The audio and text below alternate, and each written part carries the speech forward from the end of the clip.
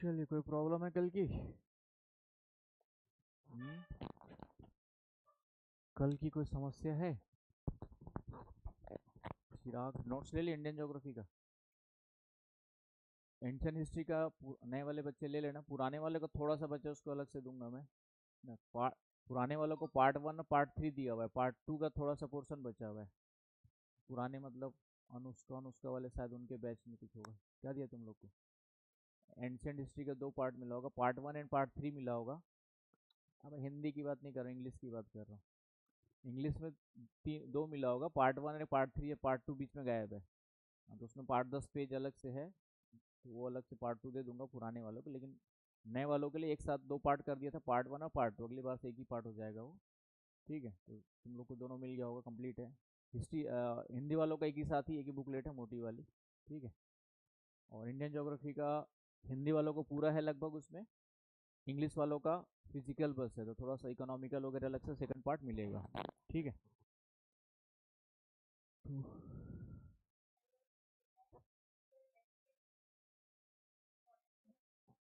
हाँ, बताया था ना कि डिमांडिंग है 350 तक, मतलब एक्सटेंडेड बताया था ना कि वो कभी कभी कॉन्टिनेंटल सेल्फ एक्सटेंड किया था, तो उसी के कंटेक्स में लिखा हुआ है।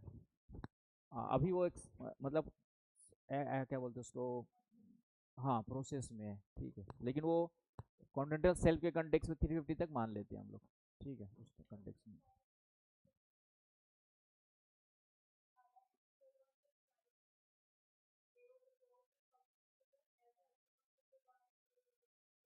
हाँ, वो बताया था ना मैंने कि उसी का विस्तार आपका अंडमान निकोबार आएगा आपका जो है। हाँ, अंडमान निकोबार उसी का क्या है आपका जो है, एक्सटेंशन में। नीचे समुद्र के अंदर चला गया। ठीक है, आएंगे अभी अंडमान निकोबार पढ़ाएंगे, उसमें आएगा वो।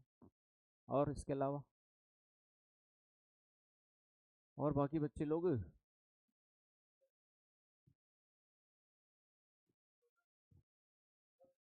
सिंक्लाइन वैली, हाँ, जो फोल्डिंग होता है ना, तो फोल्डिंग का जो ये लोअर वाला पार्ट है, ये सिंक्लाइन वैली कहलाता है। हाँ, डेफिनेटली कोई चीज़ फोल्ड होगी तो कुछ ऊपर उठेगा, कुछ नीचे जाएगा, तो उसको फोल्डिंग ही कहते हैं हम लोग।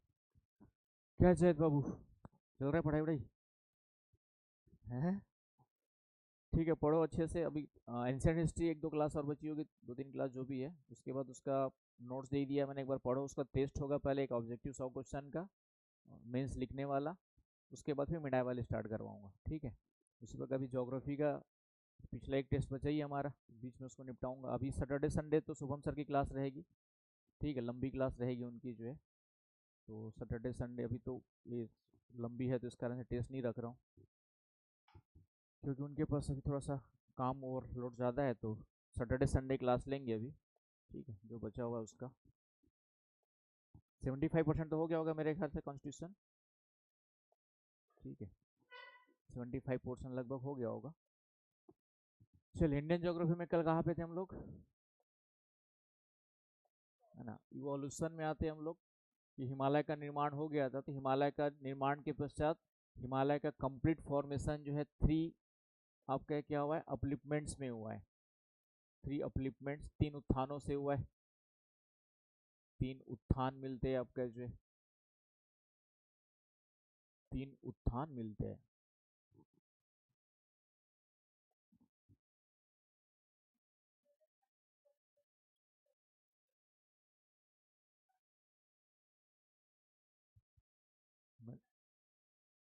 प्राइमल से भी इग्नेस आएगा। हाँ, वो तो बाद में बनेगा, सबसे पहले तो इग्नेस ही बनेगा। मेटामॉर्फिक तो बाद में बनेंगे। हाँ, सेडिमेंट्री और फिर बाद में लंबे समय बाद। तो 3 उत्थान हुए थे, 3 उत्थान आपके जो है, 3 उत्थानों से ठीक है आपका कौन कौन से हिमालय बने? सबसे पहला फर्स्ट अपलिपमेंट हुआ ना इयोसिन टाइम पीरियड में। कब हुआ आपका? इयोसिन टाइम पीरियड में फर्स्ट उत्थान हुआ आपका जो है, इयोसिन। इयोसिन टाइम पीरियड में आपका जो है पहला उत्थान हुआ, फर्स्ट अपलिपमेंट। और इससे जो है फर्स्ट उत्थान लगभग इयोसिन का मतलब 7 करोड़ ईयर्स बैक, लगभग 7 करोड़ साल पहले, अब लगभग आपका जो है उससे पहले हुआ, और ये महान हिमालय बना। क्या बना? ग्रेट हिमालय, महान हिमालय या वृहद हिमालय कहते हैं।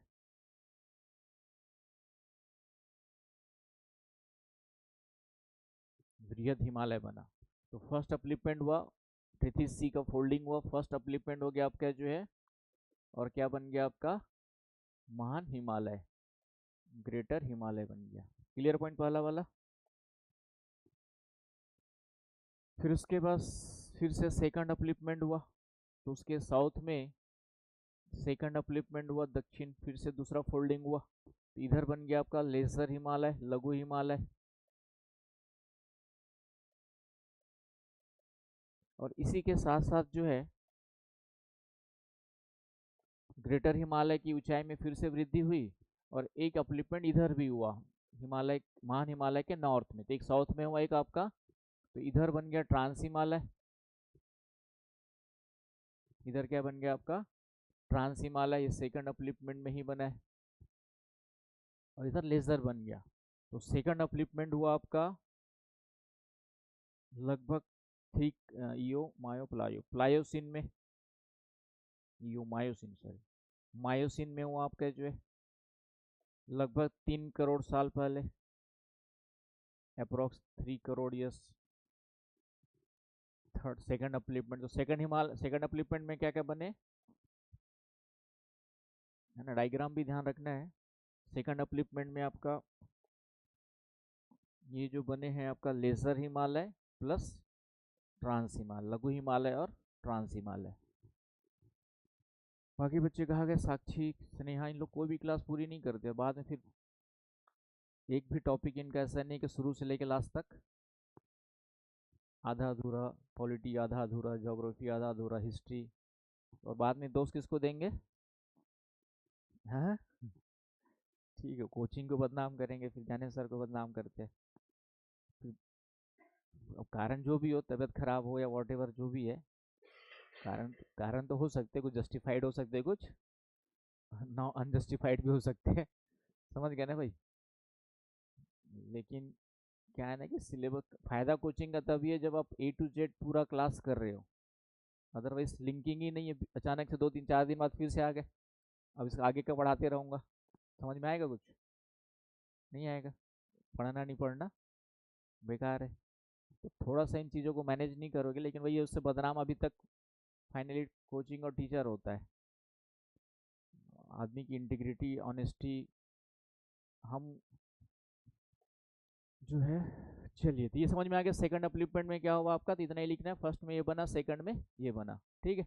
थर्ड में आ जाओ, थर्ड फिर से हुआ सबसे लास्ट में, तो इधर आपका सबसे साउथ में लास्ट में हुआ, है ना, आपका 33C था, तो 33C धीरे धीरे पहला फोल्डिंग इधर हो गया आपका, सेकंड उसके बाद हुआ, और फिर लास्ट में फिर से नदियों ने कुछ डिपॉजिट किया, इधर से ला के नदियाँ जमा कर रही थी मलबा, और लास्ट जब अपलिपमेंट हुआ तो उसके साउथ में फिर से क्या बन गया आपका जो है, और 33C खत्म हो गया उसके बाद।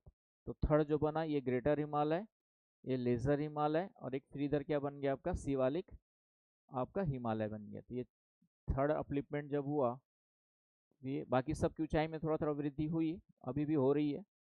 तो थर्ड अपलिपमेंट ये हुआ आपका जो है शिवालिक या आउटर हिमालय कहते हैं इसको, शिवालिक या आउटर हिमालय, बाह्य हिमालय भी कहते हैं।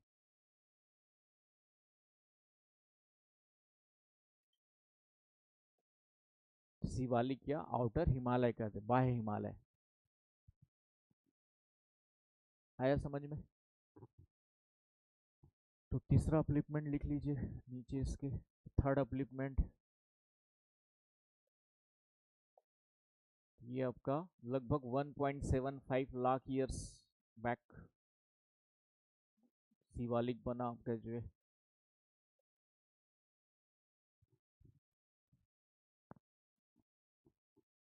1.75 लाख लगभग आपका जो है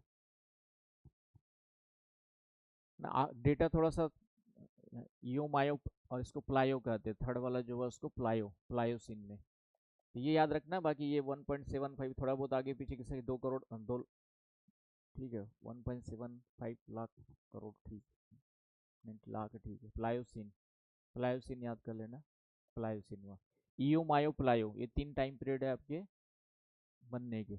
ठीक है, तो इस तरीके से कंप्लीट हिमालय का फॉर्मेशन। और आज भी क्या हो रहा है, इंडियन प्लेट और यूरेशियन प्लेट की टक्कर हो रही है। इधर से यूरेशियन प्लेट आज भी गतिशील है और इंडियन प्लेट आज भी गतिशील है। क्योंकि इंडियन प्लेट की स्पीड ज़्यादा है इसलिए इंडियन प्लेट अंदर गई है और जा करके उससे चिपक गई है ना। भारतीय प्लेट की गति ज़्यादा है, तो यहाँ पर इस तरीके से जो है क्या मिलेगा आपका, इंडियन प्लेट सबडक्ट तो नहीं हो रही लेकिन इस तरीके से जा करके अंदर उसके नीचे जा करके क्या हो गई है, इस तरीके से सीमेंटेड वर्ड यूज किया गया इंग्लिश में, cemented, get cemented beneath the Eurasian plate. Hindi में सीमेंटेड हो गई है, चिपक गई है कह सकते हो, टच कर गई है। और ये अभी गतिशील है निरंतर अभी भी, लेकिन ज़्यादा दिन तक नहीं। ज़्यादा दिन का मतलब 1000 करोड़ साल कुछ भी हो सकता है। लेकिन जब ये जाके कम्प्लीटली जाके स्टेबल हो जाएगी तब जा करके हिमालय का फॉर्मेशन बंद होगा और यहाँ पे जो भूकंप भूकंप आते हुआ क्या होगा आपका, नहीं आएंगे। लेकिन जब तक ये गतिशील है बीच बीच में जोर लगाते रहेगी और तब जा करके दोनों प्लेट जो है जब लगे कि अब मूवमेंट बंद हो जाएगा तब जाके हिमालय का फॉर्मेशन कंप्लीट माना जाएगा। आ रही बात समझ में। और फिर तो आज भी इसलिए आप आज का क्या, आज भी क्या हो रहा है आपका जो है, इसलिए आज भी हिमालय ऊपर उठ रहा है। जैसे पहले एवरेस्ट की ऊंचाई आज से 10 साल पहले का एटलस देखोगे तो वहाँ पे 8848 लिखा होगा। एवरेस्ट की ऊंचाई कितनी लिखी होगी आपकी, एवरेस्ट की जो हाइट है पुराने वाले एटलस में देखोगे तो, और आज ये लिखा होगा 8850 मीटर लिखा होगा नए वाले एटलस में। तो इतना धीरे धीरे बढ़ता है, इंच में कुछ इंच आपका वृद्धि हो रही है। ठीक है, तो इस तरीके से इसको हम लोग ध्यान में रखना है। तो जब भी हिमालय का निर्माण आएगा इन सब चीज़ों को ध्यान में रखते हुए लिखना है। अभी तक पूछा नहीं है वैसे किसी भी एग्जाम में, मैंने कहा ऑप्शनल में शायद पूछा हुआ है हिमालय की उत्पत्ति, हिमालय का निर्माण। तो इतना ही आपको वहाँ पे भी 150-250 वर्ड जो भी आएगा इतना ही लिखना है। तो पॉइंट क्लियर हो गया। तो ये कितने हिमालय हो गए। अब इनके बीच में कुछ भ्रंश घाटियाँ भी उसको देखते हैं। बीच बीच में कुछ घाटियाँ बन गई है, कुछ भ्रंश घाटियाँ भी बन जाती। क्यों, क्योंकि जब फोल्डिंग हो रहा है तो ऐसा थोड़ी कि प्यार से उठेगा, कहीं पर टूटेंगे भी जमीन जो है। तो इनके बीच में यहाँ पे जो है भ्रंश घाटियाँ भी बन गई है। इनके बीच में यहाँ पे जो है भ्रंश घाटियाँ, तो उसको थोड़ा सा नाम देखते हैं।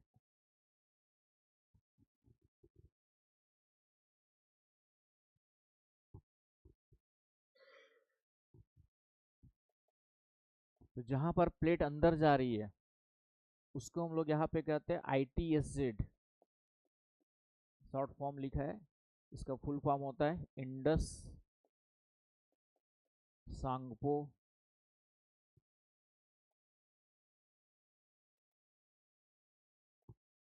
Indus Tsangpo suture zone.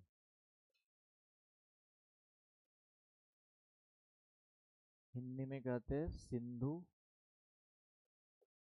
Tsangpo suture क्षेत्र।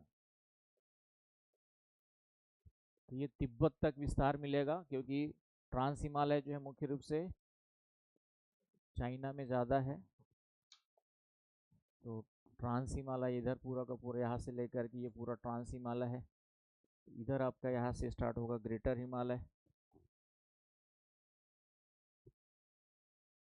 तो इन दोनों के बीच में सूचर का मतलब एक मुड़ी हुई नाली नली के समान आपका जो है यहाँ पर क्या मिलेगा, इस तरीके से दोनों के बीच में पाइप के समान सा समझ सकते हो एक क्षेत्र मिलता है जहाँ पे प्लेट क्या हो रही है अंदर, इस तरीके से अंदर जा रही है। तो ये दोनों के बीच में गैप रहेगा, उसी को क्या कहा गया आपका जो है, यहाँ पे जाके चिपक भी गई है तो दोनों के बीच का जो गैप है वही क्या हो गया आपका इंडस सांगपो सूचर जोन हो गया। आया समझ में। तो कभी क्वेश्चन आ जाए कि भारतीय प्लेट का जो जनरली इसको सबडक्शन जोन कहते हैं, सबडक्शन मतलब अंदर जाने वाला क्षेत्र क्या कहलाता है, सबडक्शन कहलाता है ज्योग्राफिकल वर्ड में। जिनको प्लेट टेक्टोनिक थ्योरी पढ़ा है उनको पता होगा। तो सबडक्शन क्षेत्र क्या कहलाता है, सबडक्शन वाले क्षेत्र को क्या नाम दिया गया। तो यहाँ पे जो सबडक्शन हो रहा है यहाँ पर तो उसको जो है ITSZ Sindhu Tsangpo suture zone कहा गया। सूचर वर्ड समझ रहे हो ना, इंग्लिश वाले सूचर का मतलब सिंधु नदी हो गया क्योंकि उधर से सिंधु नदी बहती है, और सांगपो ब्रह्मपुत्र नदी को कहा जाता है तिब्बत में। तो इसलिए सांगपो, सिंधु सांगपो फ्यूचर जो नाम क्यों दिया गया, एक तो सिंधु नदी आएगी इधर से, इसी वाले क्षेत्र से होकर सिंधु नदी आती भारत में, और इधर ब्रह्मपुत्र नदी बहती है, और ब्रह्मपुत्र नदी को तिब्बत में क्या कहा जाता है, सांगपो कहा जाता है ना। ब्रह्मपुत्र नदी को तिब्बत में कहा जाता है सांगपो। टी से स्पेलिंग स्टार्ट है, स्पेलिंग टी से स्टार्ट है, लेकिन प्रोनाउंसिएशन आपका एस से होता है, सांगपो कहते हैं। आया समझ में सभी को? श्रेया आ रहा है? एग्जाम हो गई, ठीक है, छूट जाता है उसको देखा करो, ठीक है, क्योंकि मैंने कहा ना क्लास की कंटिन्यूटी रहेगी तभी फायदा होगा, नहीं तो फिर। चलूँ आगे, तो ये हो गया पहला पॉइंट। दूसरा, उसके बाद ये किसके किसके बीच में हो गया आपका, ट्रांस हिमालय और ग्रेटर हिमालय के बीच में हो गया, ठीक है ना। किसके किसके बीच में हो गया, तो ट्रांस और ग्रेटर हिमालय के बीच में हो गया। फिर आते हैं लेजर हिमालय और उसके बीच की, यहाँ पे जो फॉल्ट वैली मिलती है उसको कहते हैं MCT, मेन सेंट्रल थ्रस्ट। भ्रंश घाटी इसको कह सकते हैं, थ्रस्ट घाटी बोलते हैं, इसका नाम दिया गया मेन सेंट्रल थ्रस्ट, मुख्य केंद्रीय भ्रंश।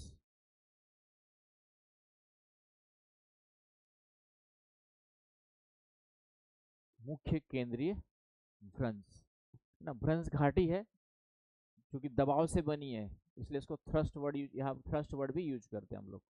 दबाव का मतलब थ्रस्ट कर रहे हैं हम लोग, पुश कर रहे हैं कि नहीं, इसलिए थ्रस्ट वर्ड भी यूज किया गया। हिंदी में भ्रंश लिखते हैं, थ्रस्ट भी लिख सकते हैं। तो मेन सेंट्रल थ्रस्ट क्या है, ग्रेटर हिमालय और लेजर हिमालय के बीच की जो भ्रंश घाटी बनी हुई है, थ्रस्ट घाटी बनी हुई है आपका कॉम्प्रेशनल के कारण से, उसको हम लोग क्या कहते हैं, मेन सेंट्रल थ्रस्ट कहते हैं, मुख्य केंद्रीय थ्रस्ट कहते हैं। ठीक है, दिख रहा है जैद, डायग्राम वगैरह बना ले रहे हो, ठीक है। तो जिनको इस साल एग्जाम देने हैं सीरियस हो जाओ अभी से, टाइम नहीं है, मई आते तक पता नहीं चलेगा। एग्जाम के बाद, एग्जाम के 2-3 महीने पहले एक्टिव हो गए तो फिर वो यूपीएससी भूल ही जाओ। कोई भी एग्जाम 6 महीने कम से कम प्रीलिम्स की तैयारी, पहली बार जब प्रीलिम्स निकालना तो 6 महीने पहले से एक्टिव हो जाना है प्रीलिम्स के, लेकिन सालों भर रहना है प्रीलिम्स के समय, सिर्फ फिर उसमें पूरा प्रीलिम्स फोकस होकर के एक्टिव होना है।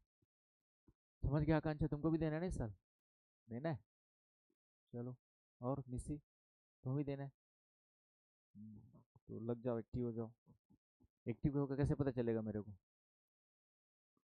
एक्टिव हुए कैसे पता चलेगा, लिख के कुछ दिखाओ।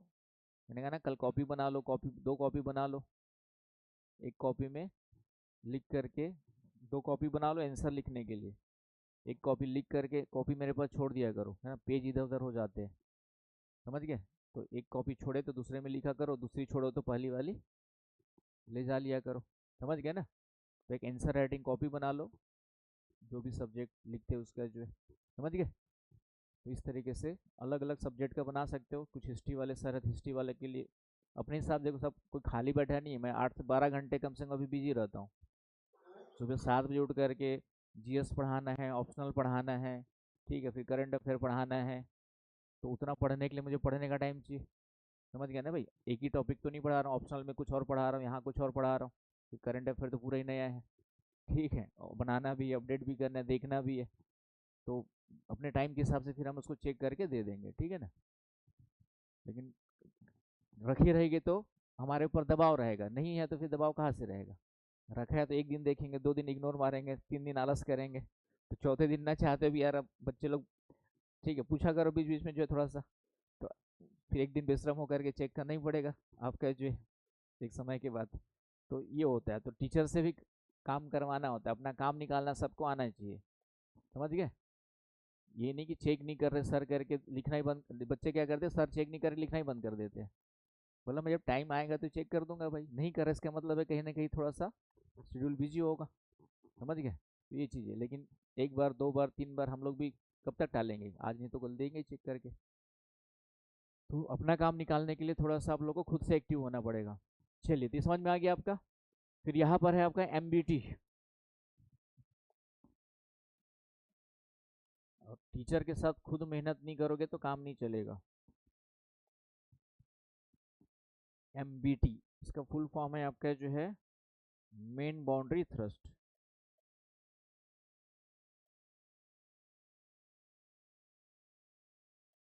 हिंदी में कहते हैं मुख्य सीमा भ्रंश।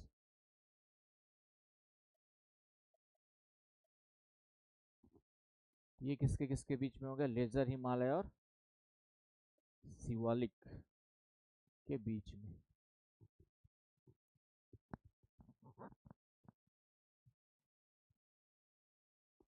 किस दिन 6 घंटे खड़े खड़े पढ़ा के देखना, 6 से 8 घंटे है। तो मैं तो तुम लोग से एज में जबड़ा हूँ ना भाई, तुम लोग यंग एज में हो, लेकिन किसी दिन 6-8 घंटे सिर्फ खड़े खड़े इधर से उधर घूम घूम के पढ़ा के देखना, मेहनत कितनी लगती है। और फिर बोलना भी है तो मुंह सूख जाता है। तो लगता है आसान है, लेकिन आसान नहीं होता है।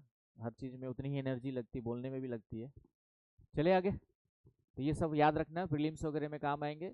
मेंस में डायग्राम बना के छोड़ देना, लिखने की ज़रूरत नहीं है ना। मेंस में डायग्राम बना के तुरंत छोड़ दोगे तो सामने वाला डेफिनेटली समझ जाएगा कि आपकी पूरी अंडरस्टैंडिंग कंप्लीट है। उसके बेस पे 1-2 नंबर आपको ज़्यादा दे देगा। तो ये हो गया आपका महान हिमालय, सॉरी, हिमालय का निर्माण कैसे क्या हुआ उसके बारे में। सिग्निफिकेंस कुछ नहीं, बस एक आपका स्ट्रक्चर हो गया है ना। स्ट्रक्चर, हाँ, नाम याद रखना है, क्योंकि ये वो उस रीजन्स का क्या होगा, स्ट्रक्चर आएगा तो स्ट्रक्चर में आ जाएगा। जैसे ऑप्शनल में मैंने कहा था ना, ये ऑप्शनल में सिलेबस में क्या लिखा हुआ है, सिर्फ इतना लिखा हुआ है, स्ट्रक्चर एंड रिलीफ करके लिखा है। तो स्ट्रक्चर में ये सब बता देना है। रॉक स्ट्रक्चर तो बताएंगे ही बताएंगे, है ना। रॉक स्ट्रक्चर तो थोड़ा बहुत बताना है, लेकिन ये स्ट्रक्चर भी इंपॉर्टेंट है। स्ट्रक्चर एंड रिलीफ लिखा हुआ है ऑप्शनल में, तो ऑप्शनल वाले बच्चे समझ गए कि तो structure and relief of Himalaya पूछेगा। क्वेश्चन क्या पूछेगा? Structure and relief of Himalaya. तो ये भी थोड़ा सा आपको बता देना है। हिमालय न्यू फोल्डेड माउंटेन्स है, कैसे बना उसको बता देना है। फिर उनके बीच में, हिमालय के बीच बीच में किस तरीके से फॉल्ट वैलीज मिलती है, स्ट्रक्चर में सब आ जाएगा। रॉक स्ट्रक्चर आपका सेडिमेंट बताई दिया मैंने, और बीच बीच में आपका ग्रेनाइट नीस जैसे चट्टाने भी मिलती है आपकी जो, तो वो उसी में कवर हो जाता है स्ट्रक्चर एंड रिलीफ वाले में। हरी बस समझ में, सिलेबस को समझना है तो ये याद रखना है। चलिए, अब इसी को हम लोग हिमालय का विभाजन अलग से पढ़ते हैं। जो हिमालय पढ़ रहे थे उसी का जो है, तो क्वेश्चन आता है हिमालय का विभाजन, डिवीजन ऑफ हिमालय, या हिमालय का, है ना, डिवीजन ऑफ हिमालय।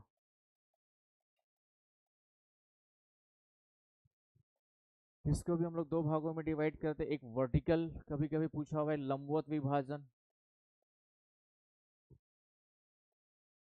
वर्टिकल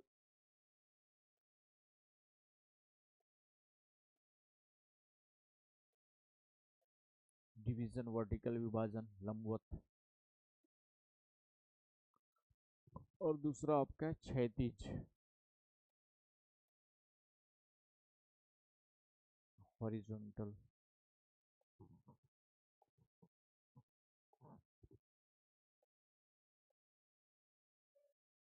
क्षैतिज को कभी कभी, क्षैतिज को रीजनल भी कहा जाता है, प्रादेशिक विभाजन भी लिख देता है।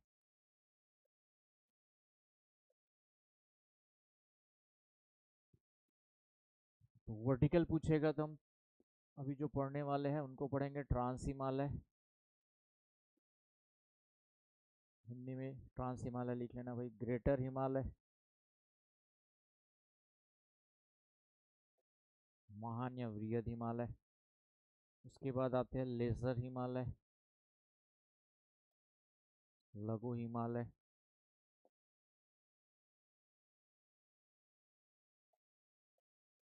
और शिवालिक।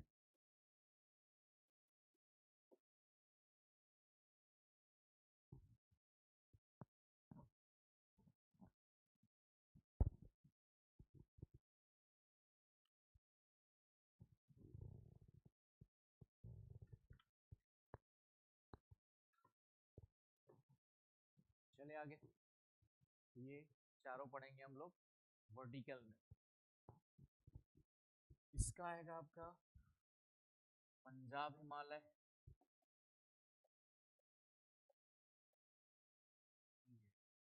हुमायूं हिमालय,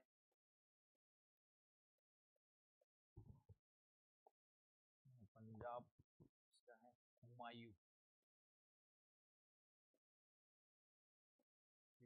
बंगाल हिमालय, और फिर है आपका जो है असम हिमालय।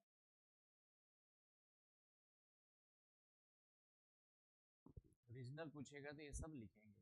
ऑप्शनल में जनरली दोनों वर्टिकल करके वर्ड करके पूछा हुआ है, रीजनल या क्षैतिज पूछेगा तो इसको ध्यान देना। सिर्फ वर्गीय विभाजन पूछेगा तो दोनों को थोड़ा थोड़ा बता देना। अधिकांश लोग इसी को बताते हैं, उधर वाला नहीं बताते।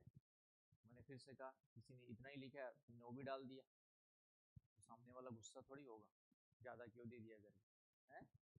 ज़्यादा में गुस्सा नहीं होता है, कम में हो जाता है कि नहीं भाई? कभी हाँ, कभी कोई पेट भर गया और उसके बाद जबरदस्ती कोई करता है तब भले गुस्सा आ जाती है। ठीक है, चले आगे। हाँ, हुमायूं, हुमायूं है। हाँ भाई, अब उसको कुमाऊं पढ़ लो या कुमायूं पढ़ लो, स्पेलिंग वही है, KUMUMAUN। अब कुमायूं पढ़ो या कुमाऊं पढ़ो, हिंदी में कुमायूं कहते हैं, हिंदी में क्या कहते हैं, कुमायूं। चलिए स्टार्ट करें अब। तो सबसे पहले आते हैं ट्रांस हिमालय के बारे में। तो ट्रांस हिमालय है ना, कुछ बुक्स में गलत लिखा होगा कि ट्रांस हिमालय को सबसे पुराना बताया गया है। तो यहाँ की चट्टानें पुरानी है, यहाँ की रॉक्स पुरानी है, लेकिन इसका निर्माण ग्रेटर हिमालय, तो सबसे ओल्ड कौन सा आएगा, ओल्डेस्ट में सबसे फर्स्ट में बना था। अभी देखा ना हमने कब बना, ओल्डेस्ट या इयोसिन में जो बना था, है कि नहीं? लेकिन कुछ बुक्स में ट्रांस हिमालय को ओल्डेस्ट लिखा है, पुराना लिखा होगा फैक्ट से उसके रूप में, तो गलत किस लिए बता देता हूँ कि चट्टानें सबसे पुरानी कहाँ पे मिलती है, तो वो कहाँ मिलेंगे, ट्रांस में मिलती है, ओल्डेस्ट रॉक। एज के अकॉर्डिंग देखेंगे तो रॉक सबसे ओल्डेस्ट कहाँ मिलेंगी आपकी जो है। ऐसा क्यों, क्योंकि जब पहला ऊपर का मलबा ऊपर उठा तो ग्रेटर हिमालय बना, है कि नहीं भाई? तो डेफिनेटली ऊपर की चट्टानें क्या होंगी,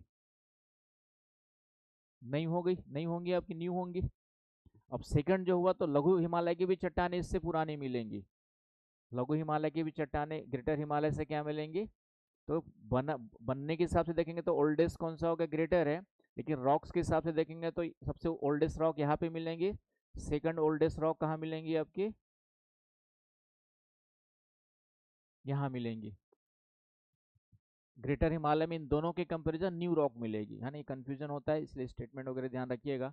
क्यों वैसा, उसके पीछे कारण समझ में आएगा आपको कि पहले जो फोल्डिंग हुआ तो ऊपर की नई चट्टानें पहले फोल्ड होकर ऊपर उड़ गई, अब उसके नीचे की जो चट्टानें होंगी डेफिनेटली इसके कंपैरिजन कहीं ना कहीं क्या होगी, ओल्ड होगी। इसलिए लघु हिमालय के अंदर जो चट्टानें मिलती है और ट्रांस हिमालय के अंदर जो मिलती है, यहाँ पे इनके कंपेरेटिवली दोनों में क्या मिलती है, पुरानी मिलती है। इसके भी कंपेरेटिवली इसमें ज़्यादा पुरानी मिलती है, तो कह सकते हो कि लघु हिमालय पहले बना, उसके बाद फिर ट्रांस हिमालय का और फॉर्मेशन हुआ। महान हिमालय, लघु हिमालय, नए चट्टानें ऊपर उड़ गई, फिर उसके बाद पुरानी थोड़ी सी थी तो पुरानी इसके अंदर घुस गई, आगे बस समझ में, और इधर ज़्यादा पुरानी मिलती है। तो इस तरीके से पहले इनका फोल्डिंग हुआ, फिर उसके बाद फिर ट्रांस हिमालय का फोल्डिंग हुआ, तभी पुरानी चट्टानें वहाँ पे ज़्यादा मिलती है। समझ पा रहे हैं मेरी बातें? ये सब बारीकी बता रहा हूँ, इसलिए बता रहा हूँ कि यूपीएससी क्वेश्चन जो पूछ रहा है थोड़ा सा ऊपर ऊपर से नहीं पूछ रहा, ताकि आप वहाँ पे अपना माइंड चला सको। सबसे नई शिवालिक में, हाँ, उसमें क्यों आएंगी, क्योंकि उसके बाद फिर डिपॉजिट हुआ, फिर उसके बाद उसका उत्थान हुआ, है ना, उसके बाद ये तीनों बन गए, उसके बाद फिर न्यू डिपॉजिट्स हुए आपके कहाँ पर, फिर से रेस्ट जो रेसिडुअल पार्ट ऑफ टेथिस, अभी भी टेथिस बचा हुआ है, टेथिस सी का अवशिष्ट भाग बचा हुआ है, नीचे सबसे लास्ट वाला थोड़ा सा भाग अभी भी बचा हुआ था। तो फिर कुछ नदियों ने डिपॉजिट किया यहाँ पर, नदियों ने लाके फिर से सेडिमेंट डिपॉजिट किया, और लास्ट में फिर कौन सा बना आपका जो है, लास्ट में जाकर के फिर शिवालिक बना। तो सबसे नई चट्टानें कहाँ मिलेंगी आपका, तो न्यू सबसे न्यूएस्ट रॉक मिलती है आपका शिवालिक में। आ रही बात समझ में? तो इस तरीके से रॉक को लेकर के जो कोई सीक्वेंस आता है, हाँ, लेकिन बनने को लेकर सीक्वेंस आता है, तो मैंने कहा पहले ग्रेटर हिमालय बना, ये दोनों लगभग साथ साथ ही बने आपके जो है, ये दोनों उत्थान लगभग साथ साथ हुए हैं। फिर भी कंपैरिजन पूछेगा तो दूसरा नंबर लेजर, तीसरा नंबर आपका ट्रांस हिमालय आ जाएगा, और सबसे लास्ट में कौन सा बना, तो आपका शिवालिक बना। चिराग समझ में आ रहा है अच्छे से, एकदम क्लियर कट क्रिस्टल, मैंने है ना, यूपीएससी क्लियर करना है तो कॉन्सेप्ट क्रिस्टल क्लियर होने चाहिए, चाहे हिस्ट्री पढ़ो, चाहे ज्योग्राफी पढ़ो, चाहे इकोनॉमी पढ़ो, और सबसे टेक्निकल सब्जेक्ट है इकोनॉमी और साइंस एंड टेक। सबसे टेक्निकल में आएंगे आपकी इकोनॉमी एंड इकोनॉमी का कुछ इकोनॉमिस्ट वाला पोर्शन, बाकी जनरल पोर्शन है वो तो जनरल में आ जाएगा। और साइंस एंड टेक पूरा टेक्नोलॉजी वाला है। टेक्नोलॉजी की समझ कितनी, कंप्यूटर को कितना समझ पाते हो, स्पेस को कितना समझ पाते हो, डिफेंस कितना समझ पाते हो, तुम्हारी समझ पे डिपेंड करेगा। आ रही बस समझ में? तो थोड़ा सा करंट अफेयर में भी इकोनॉमी और साइंस एंड टेक में ज़्यादा थोड़ा दिमाग लग, वो साइंस एंड टेक में और ज़्यादा लगाना पड़ता है, इकोनॉमी तो हो भी जाता है। आगे बस समझ में अच्छे से। तो ट्रांस हिमालय के बारे में आ रहे हैं, तो ट्रांस हिमालय में ओल्डेस्ट रॉक मिलती है बट पुराना है नहीं। इसी के बेस पे कई सारे बुक्स में गाइड में क्या लिख दिया है कि सबसे पुराना हिमालय कौन सा है, तो ट्रांस हिमालय लिख दिया है। क्वेश्चन भी किसी ने पूछा होगा तो ट्रांस हिमालय आंसर में आ रहा है, तो वो ट्रांस हिमालय नहीं है, ये ध्यान रखना है। अब आते हैं ट्रांस हिमालय में, पहला पॉइंट आपका तो जो रॉक्स वाला था बता ही दिया हमने।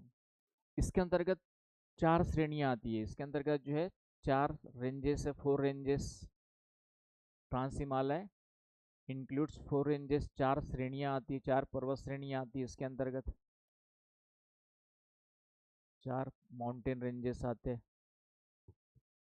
फर्स्ट है आपका है कराकोरम,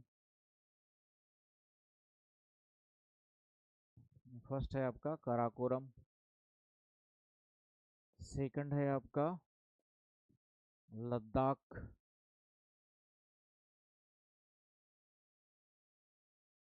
थर्ड है आपका जास्कर,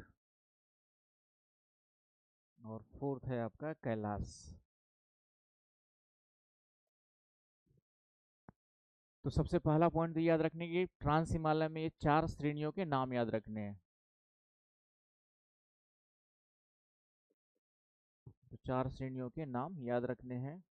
तो सबसे पहला है कराकोरम, ये आपका पूरा का पूरा पीओके और लद्दाख दोनों में पड़ेगा। कल ही परसों कल हमने देखा था लद्दाख के बारे में, करंट अफेयर में मैप के साथ समझाया था मैंने। अब जो नहीं देखा होगा उसका कुछ नहीं कर सकता मैं। देख रहे हो करंट अफेयर प्रियांशु बाबू? तुम लोग तो कम से कम स्टार्ट करो, पुराने बच्चे नए नहीं देखेंगे भी चलेगा। श्रेया, कैसे काम चलेगा है? तो डेली करंट बिना, है ना, यूपीएससी का लक्ष्य सिर्फ तैयारी करने के लिए, घर वालों को या अपने आप को खुश करने के लिए, समाज या मोहल्ले को दिखाने के लिए कर रहे हो तो बात अलग है। लेकिन रियल चाहते हो कि सिलेक्शन हो, तो मेरी बातें जो बोल रहा हूँ उसको एग्जैक्टली फॉलो करोगे तब जा करके बन पाओगे। नहीं तो यहाँ पे लाखों बच्चे सिर्फ इसलिए तैयारी करते हैं कि समाज में क्या करो, आईएएस की तैयारी कर रहे हैं। मतलब 5 लाख लोग कर रहे हैं बैठ के वहाँ पे दिल्ली में बैठ के। उस 5 लाख में 1 लाख बस, 1 लाख भी मैक्सिमम सीरियस होंगे। अदरवाइज बिलासपुर में भी यहाँ पे आप देखते होंगे कि कितने बच्चे होंगे तैयारी करने वाले, लाख से ज़्यादा होंगे मेरे ख्याल से, सुबह से ज़्यादा होंगे। अब उसमें ध्यान से ऑब्जर्व करोगे तो कितने सीरियस दिख रहे होंगे तुम लोग को, हैं? पढ़ने वाले जैसे भी है।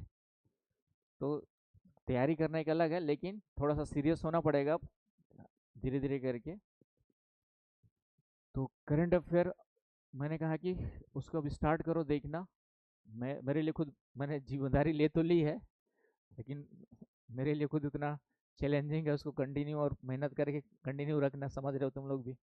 कभी कभी शाम को इतनी थकान हो जाती है कि फिर रात के 9:30 बजे 2 घंटे फिर खड़े होकर क्लास लेना। बैठ के तो पढ़ा नहीं सकता करंट अफेयर, खड़े होकर ही पढ़ाना पड़ेगा।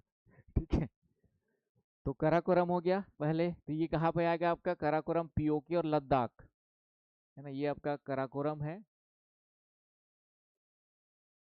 काराकोरम रेंज, काराकोरम श्रेणी है, पीओके लद्दाख में फैला हुआ है। हाँ, तो पीओके भी हमारा ही भाग है वैसे, लेकिन अभी मान लेते हैं। ठीक है। तो वहाँ के लोग तो जब चाहे आने चाह रहे हैं अभी। ठीक है। तो ये हो गया आपका काराकोरम। फिर उसके नीचे है लद्दाख, लद्दाख रेंज। उसके यहाँ पर है आपका लद्दाख रेंज।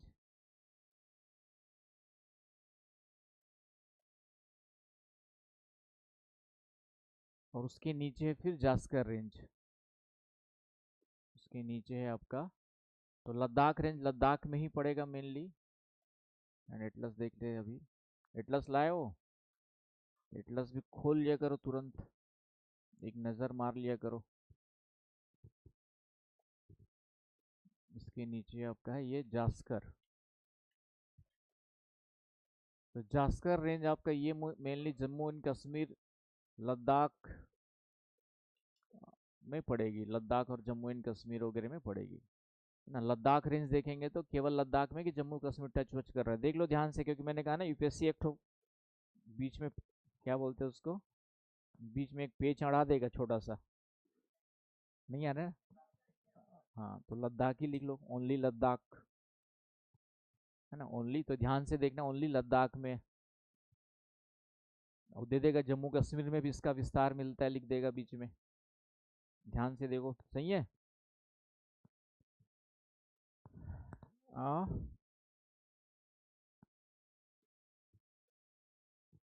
क्या? नहीं, पीर पंजाल अलग है, वो तो बात, वो तो वो क्या है?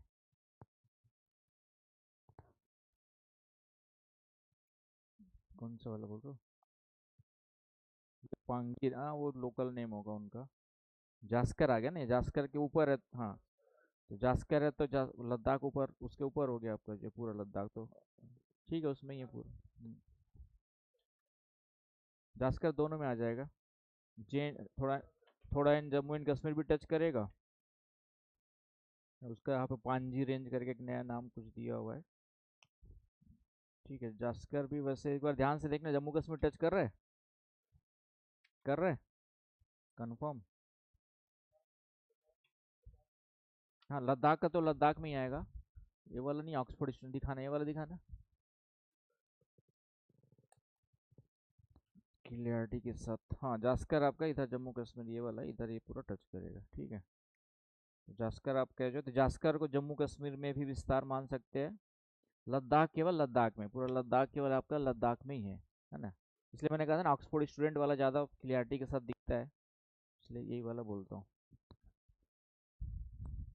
तो ये याद रख लेना, क्योंकि मैंने कहा ना यूपीएससी पेज फंसाता है, तो पेज फंसाने के लिए उसकी पहले से उसको क्लियर करके रख लो। तो केवल लद्दाख में जास्कर आपका जम्मू कश्मीर लद्दाख दोनों में पड़ेगा, ठीक है।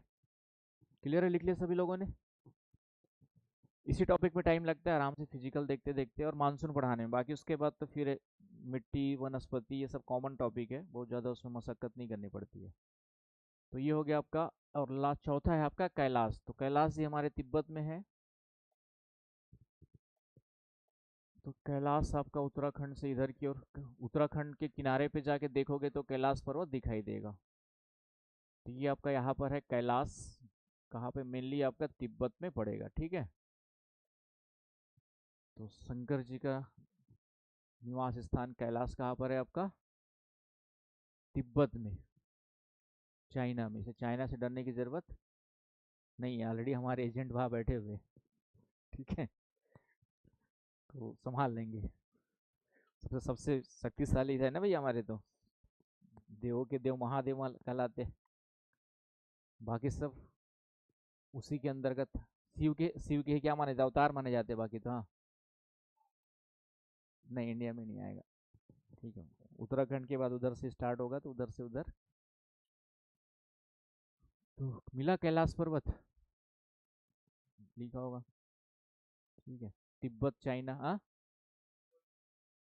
हाँ मानसरोवर झील उसी में है, उसी के पास मानसरोवर झील है, एक राकसताल झील है, ठीक है, वहाँ पर। तुम्हारी एटलस का है नसरीन, निकालो खोलो देखो। स्लो हो तुम, थोड़ा तेज करो, फास्ट रहो, इतने स्लो से काम नहीं चलेगा यूपीएससी के लिए, समझ गए ना? इतने स्लो से काम एकदम, लिखने में भी आराम आराम से, तो वो बचपन में स्कूल में बैठते थे ना, तो तो वो भी गवर्नमेंट स्कूल में होगा, प्राइवेट में भी फास्ट ही पढ़ाते हैं।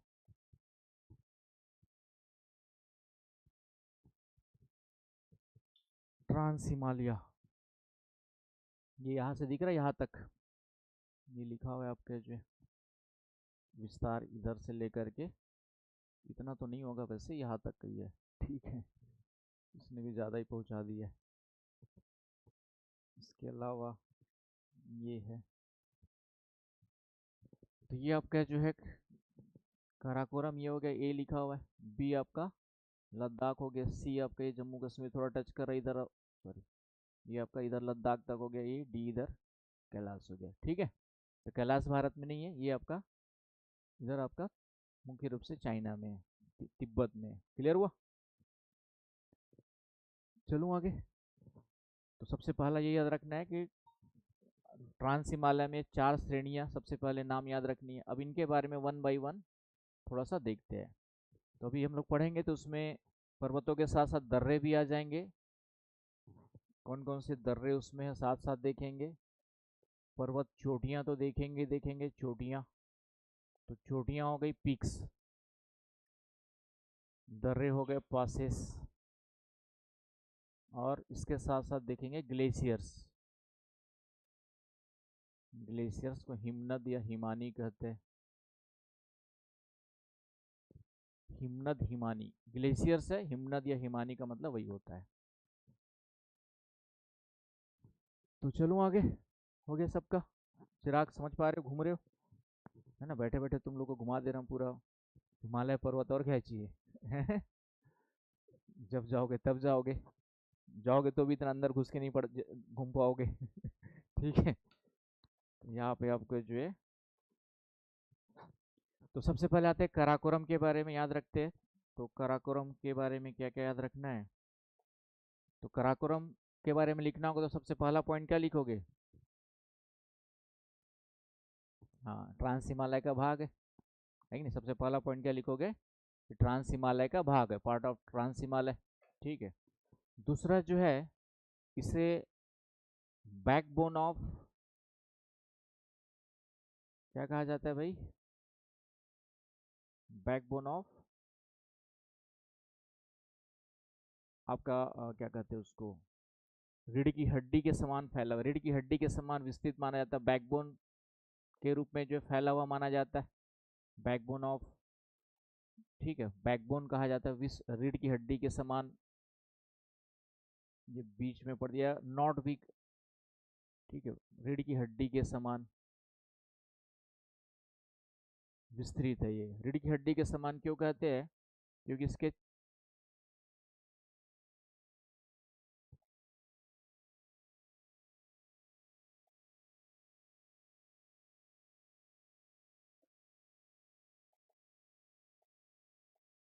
ये हो गया क्राकोरम, यहाँ पर है कि नहीं? इधर मैंने बताया था कुनलुन सान फैली हुई है, चाइना चली गई। इधर आपका जो है हिंदू कुश, ये आ गया हिंदू कुश, इधर की ओर आपका हिंदू कुश आ गया। इधर आपका ग्रेटर हिमालय वगैरह स्टार्ट हो जाएगा आगे की ओर, है कि नहीं? और इधर आपका कैलाश तो वही है। तो ये बीच में क्या हो गया? रीढ़ की हड्डी के समान हो गया, यहाँ से चारों तरफ फैले हुए पर्वत श्रेणियां मिलती है, इसलिए इसे बैकबोन ऑफ माउंटेन से बैकबोन के रूप में जाना जाता है। आ रही बात समझ में? बैकबोन के रूप में रीढ़ की हड्डी के समान विस्तृत माना जाता है काराकोरम को। इसे जो है उच्च एशिया, उच्च एशिया की आपका क्या कहा जाता है दक्ष बाबू? क्या कहा जाता है? केटू तो है ही है, हाँ। यहाँ पर जो है विश्व की सबसे दूसरी ऊंची चोटी है, कौन सी वाली? और भारत की ऊंची चोटी मानी जाती है। यहाँ पर देखिए आपका जो है भारत की सबसे ऊंची चोटी कौन सी है? केटू, इसको गाडविन आस्टिन कहते हैं। यहाँ पर है आपका लद्दाख वाले रीजन में पड़ेगा, पीओके, लद्दाख मतलब पीओके वाले में ही पड़ेगा, माउंट केटू। माउंट केटू, या इसको गाडविन आस्टिन ने खोज की थी, तो गाडविन आस्टिन कहा जाता है।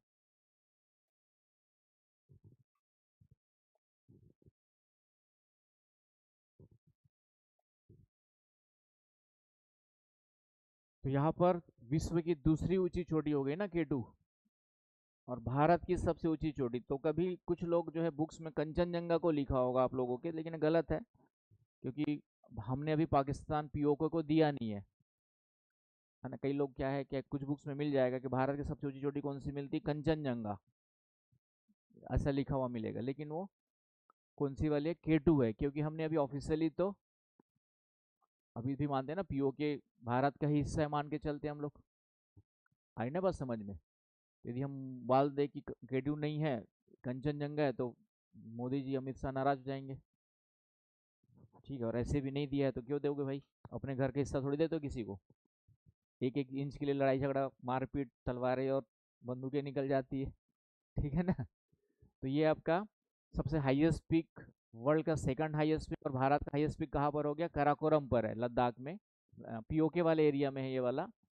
तो इसलिए आपको जो है इसको, आपका क्या कहा जाता है, उच्च एशिया, है ना, उच्च एशिया की रीढ़ कहा जाता है। बैकबोन क्यों कहा जाता है बताया दिया, उसी के कंटेक्स्ट में यहाँ पर हो गया आपका जो है बैकबोन ऑफ हाई एशिया कहा जाता है।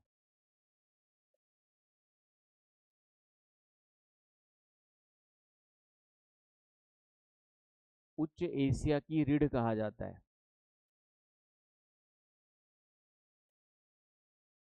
तो रीढ़ क्यों कहा जाता है, समझ में आया? और बैकबोन, हाँ मतलब बैकबोन क्यों कहा जाता है समझ में। हाई एशिया क्यों कहा जाता है? क्योंकि एवरेस्ट को छोड़ दो, एवरेस्ट को छोड़ दो, तो बाकी सबसे हाईएस्ट वाला जो पार्ट है ये यहीं पर मिलता है, क्योंकि यहाँ पर आपका तिब्बत का पठार का जो भाग है, पामीर का पठार, ये तिब्बत के पूरे, तिब्बत पठार का सबसे ऊंचा भाग कौन सा वाला भाग है, यहाँ पर भारत के जस्ट ऊपर में मिलेगा, पामीर प्लेटो, पामीर का पठार।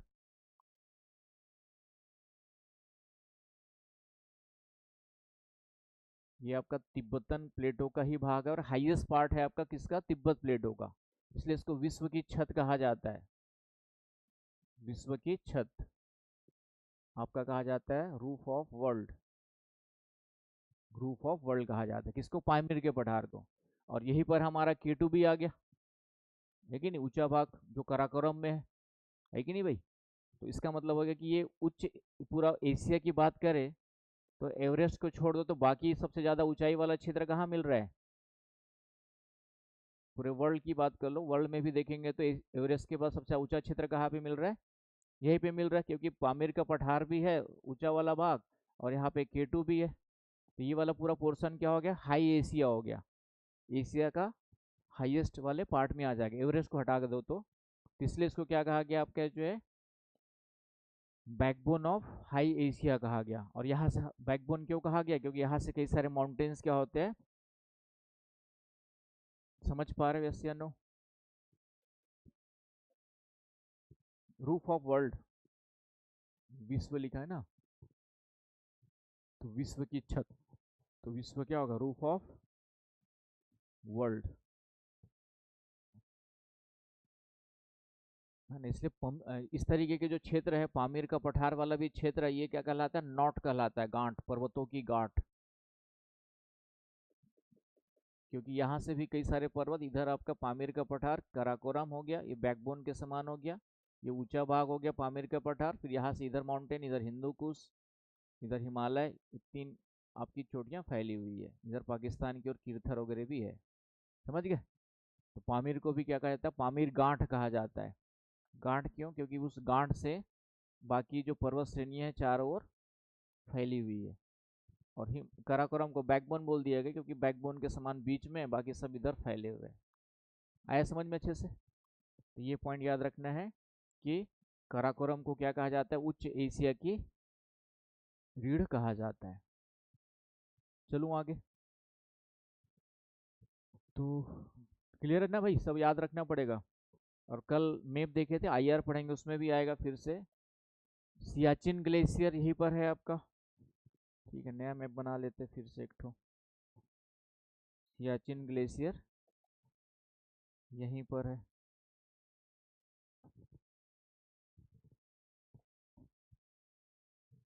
तो सियाचिन ग्लेशियर, और भी ग्लेशियर से अभी दो चार नाम लिखते हैं। तो ये आपका यहाँ पर है सियाचिन ग्लेशियर, लद्दाख वाले रीजन में।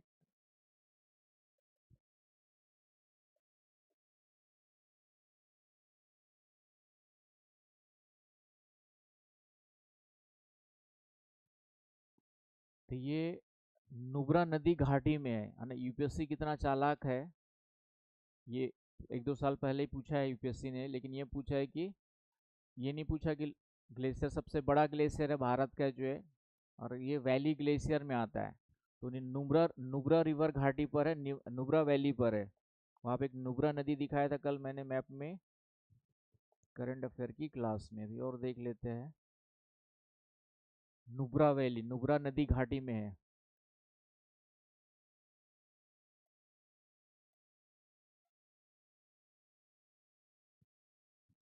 तो मैंने कहा ना कि करंट अफेयर के लिए आदत डाल दो, रात के समय या तो उस समय देख लोगे तो मैंने कहा देख ही लोगे। बात के लिए छोड़ोगे तो बात फिर कभी कभी क्या होता है, कभी नहीं आता है। समझ गए ना भाई। अब कितने भी जो तैयारी करने वाले 11 साढ़े 11 से पहले थोड़ी सोते हैं। हाँ, हाँ। कुछ ही लोग होंगे जो सुबह 11 बजे से पहले सोने वाले होंगे, लेकिन जनरली आज की डेट में शहर में जो रह रहा है वो 11-12 बजे तक तो, और वो 11-12 बजे तक जग के क्या करते हो बात अलग है। पढ़ते हो या ठीक है फ़ोन में बिजी रहते हो, एक अलग मैटर हो सकता है। तो उससे क्या है कि वो एक रूटीन में आ जाएगा कि हाँ उस समय पर्टिकुलर टाइम पे, जैसे अभी क्लास है तुम लोग आते हो 8 बजे से 11 साढ़े 11 तक, ये रूटीन है ना। कोचिंग का एक फ़ायदा क्या होता है कि अब एक रूटीन बन जाता है। रूटीन बनाने के लिए कई लोग कोचिंग ज्वाइन करते हैं कि हमारा एक रूटीन बन जाए। एनीवे, तो सबसे पहले सियाचिन ग्लेशियर के बारे में कि ये किस प्रकार का ग्लेशियर है। तो घाटी ग्लेशियर, घाटी ग्लेशियर का मतलब होता है कि ग्लेशियर्स कई प्रकार के होते हैं। एक पर्वतों की चोटियों पर होगा, तो इसका हम लोग क्या बोलेंगे, आपका आइसकेप या आपका जो टोपी ग्लेशियर या ऊपर पर्वत चोटी पर्वतीय ग्लेशियर बोल देते हैं। इसको क्या बोल देंगे, माउंटेनियस ग्लेशियर कहते हैं। और एक घाटी में यहाँ पर है, एक ग्लेशियर यहाँ पर है, इसको क्या बोलेंगे हम लोग, घाटी ग्लेशियर। तो यहाँ पर एक नुब्रा नदी यहाँ से इधर की ओर बहती है, सिंधु नदी में आके मिलती है। तो इस नुब्रा नदी घाटी में स्थित है ये ग्लेशियर, है ऊंचाई पर लेकिन नुब्रा नदी घाटी में है। आया समझ में। विश्व का सबसे ऊंचा छोटी ग्लेशियर कौन सा है, पीक ग्लेशियर में, याद आ रहा है, याद करो क्या नाम है। हम्म, बताया होगा, कुछ याद आ रहा है, दक्ष बाबू। मार लो, सर्च मार लो, वर्ल्ड आपके जो है माउंटेन ग्लेशियर करके मार लो, चोटी ग्लेशियर, पर्वत चोटी ग्लेशियर करके मार लो। कुछ चीज़ें हैं तो तुरंत देख लो तो काम ही आएगा। आज की डेट में एक क्लिक की दूरी पर है, तो देख लोगे तो कोई नुकसान थोड़ी करेगा। कितना बज गया भाई, ऑप्शनल भी लेना है। दोनों क्लास, बताओ जल्दी बताओ, याद आ रहा है कुछ।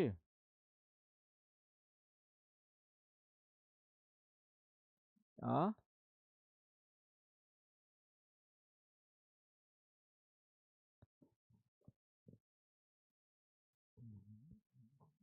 मिल रहा है कुछ, नाम नहीं है, ठीक है। क्या,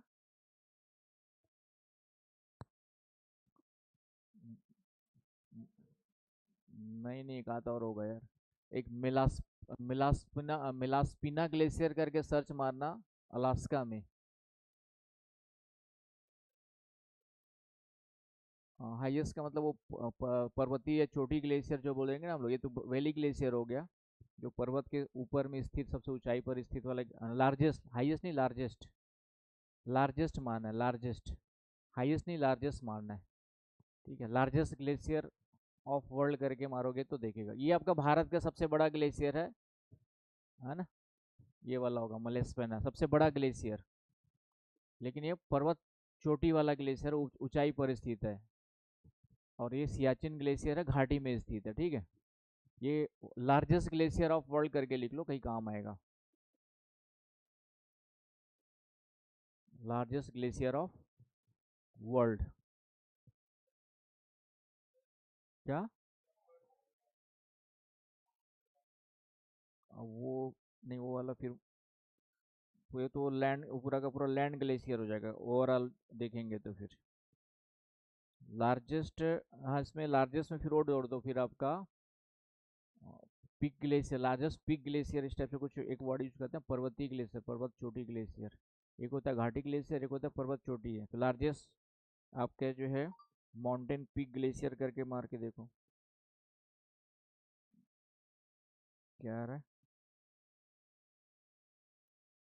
क्या है ना, हम लोग बुक्स में पहले पढ़ने वाले लोग माउंट एवरेस्ट, लुम्बर्ड ग्लेशियर आपका अंटार्कटिका वाला आ रहा है, लेंथ विड्थ, ठीक है। माउंट एवरेस्ट तो खैर एक अलग हो ही गया, नेपाल चाइना तिब्बत वो है। माउंटेन पीक भी नहीं उसको, क्या? हाँ,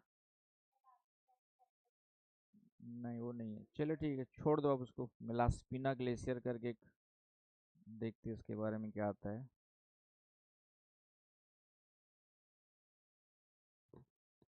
मिलास्पिना ग्लेशियर, नॉर्थ मिलास्पिना अलास्का में है। पिडमोंट, अच्छा पिडमोंट ग्लेशियर में आएगा, ठीक है। ये आपका लार्जेस्ट ग्लेशियर में पिडमोंट का मतलब है फुटहिल ग्लेशियर्स में आएगा, पिडमोंट।